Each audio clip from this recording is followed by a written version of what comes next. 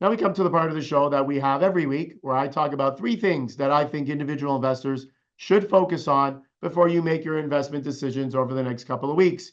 We always seem to have economic data. I'm going to go over which data I think everyone should focus on over the next couple of weeks. Corporate earnings. As I said, we just started the corporate earnings season. Usually the US kicks off, and then as here in Canada, we follow a few weeks later. Our earnings season kicks off. So right now, for the most part, we had some airlines. United Airlines reported earnings this morning. Very good. Delta Airlines, very good. But we had mainly the U.S. banks. They were the big sector that reported. So we're going to get into corporate earnings and what to look for in corporate earnings. And the third idea, investment ideas, what's working and what doesn't work or is not working right now. And we're going to talk about some specifics at that point. So let's move to the economic data. And really the two things I want to focus on today are two pieces of data that are going to come out in the next week and a half. And that is GDP or growth. Very important. We're going to get growth numbers out of Canada, growth numbers out of the United States, which for the stock market is probably more important. And we're going to get PCE. PCE stands for personal consumption and expenditures. It's another and more preferred way of looking at inflation, the inflation rate. We just got CPI numbers out of the US, which is the Consumer Price Index, looking at prices, how high they're going up and how fast. And we saw that consumer prices in the US have ticked higher, a few ticks higher now, in and around 3.5%, 3.8 on core. Even here in Canada, we just had a recent CPI number, ticked a little bit higher as well, 2.9% from 2.8. So we want to focus on PCE, which is going to be the next measure of inflation, and we want to focus on GDP. And first one, I guess, chart we can show here, real GDP by industry. And you can see here, I guess the most important thing would be the bar chart. On the far left, you're going to see GDP as a whole. Then the blue represents private goods, and private services and government. And you can see how much growth we're getting, how much GDP growth we're getting in each industry. The next chart, which I think is probably a little bit more important or shows what the expectation for GDP will be out of the US, out of Canada, is our next chart. And you can see how much, or by how much, the United States is growing versus the other G7 countries. You can see that the expectation for GDP coming out in the next, as I said, week or two, is for a number between 2.5% and 3%, closer to 3% than 2.5%. You're looking at a number in and around 2.8% as a growth rate for the United States, well above any of the other countries, Canada, Japan, France, Italy, UK, and Germany. Canada, I guess, second best, coming in just over 1% growth. At least that is the expectation. But really, the United States is the envy of the world right now. They continue to grow. And I guess, unfortunately, for the Federal Reserve, because of that growth, it's causing inflation numbers to be stubbornly high and not come down fast enough for the Federal Reserve. And in Canada, we've seen a bit of a spike up in GDP as well. We were flatlining for a little bit. First couple of months of this year, Canadian GDP has risen as well, affording the Bank of Canada a little bit more time before they may need to cut rates.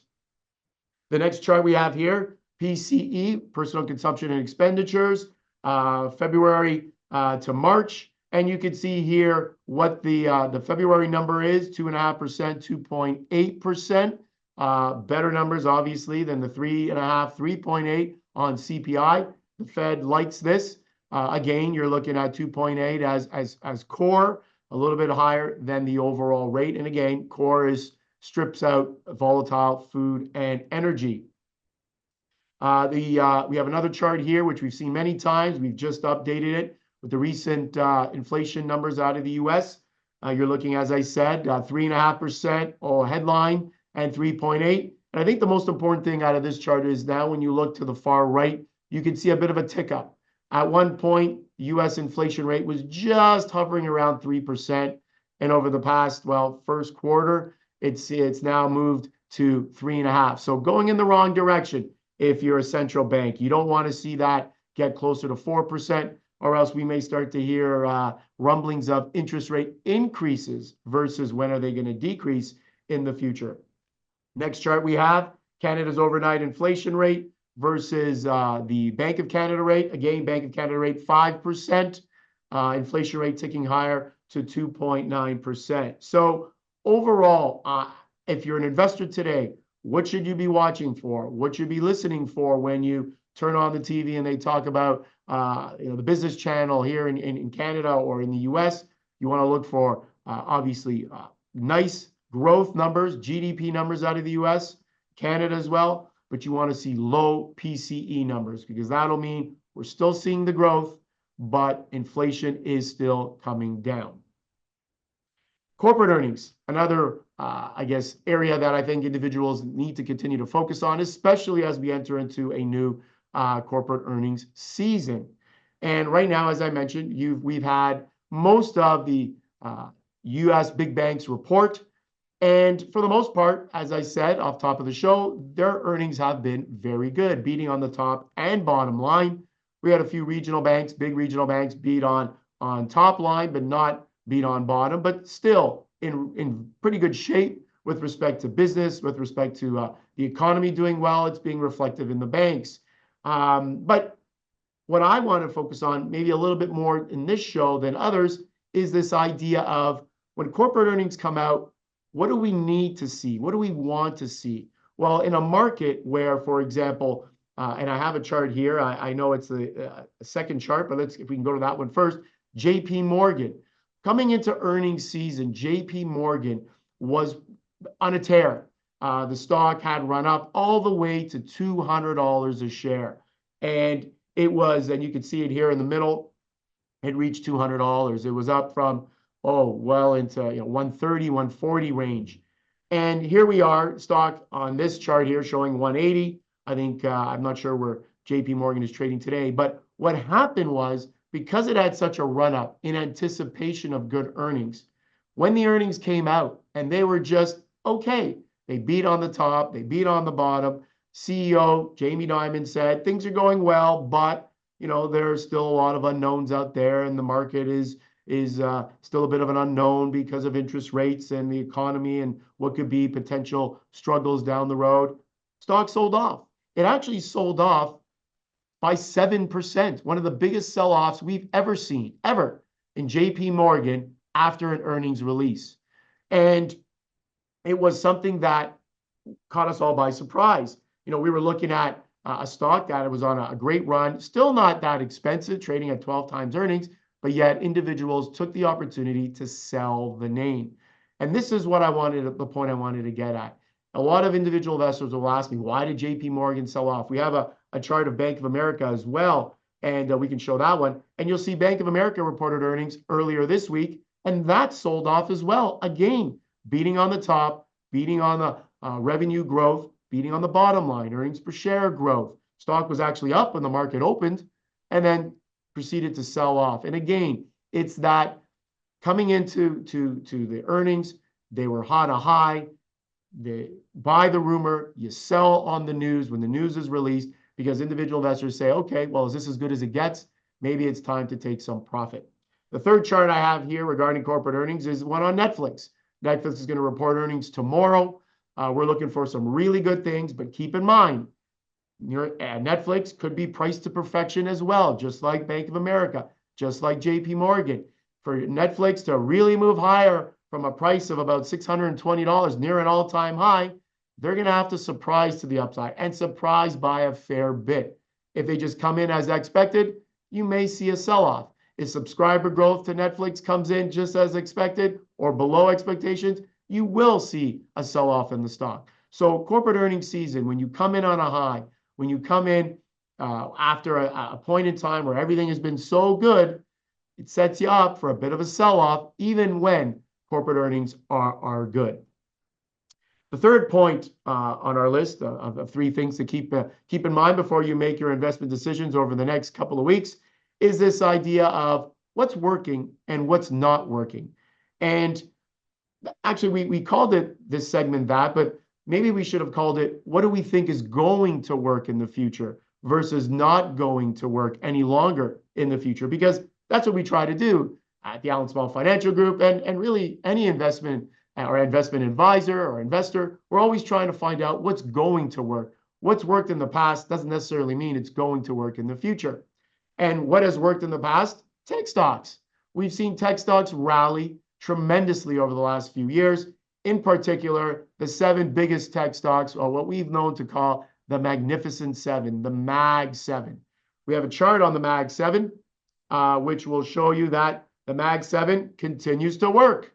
Maybe not all the names on the Mag 7, maybe only 5 of them are working this year. We'll get into that in a second. But tech stocks are continuing to rally. And I believe tech stocks will continue to rally moving forward, even if you don't get the interest rate cuts that we all think, even if you get some turmoil out of the Middle East. I think you can find some defense in owning tech stocks today. Now, it's funny. If I said that maybe 10, 15 years ago, people would think I was crazy. Tech stocks are higher risk, Alan. Why are you saying that? Not the case today. Big cap tech, they have a lot of cash on their balance sheets. They're like banks, pretty much. They don't need to borrow money. They have enough money to fund their businesses. They are growing in their businesses, artificial intelligence being a big part of that. Big cap tech is not only good for defense, but it's fantastic for offense as well. And as I've said many times, I think you need to own a few of these names. Obviously, some are better than others.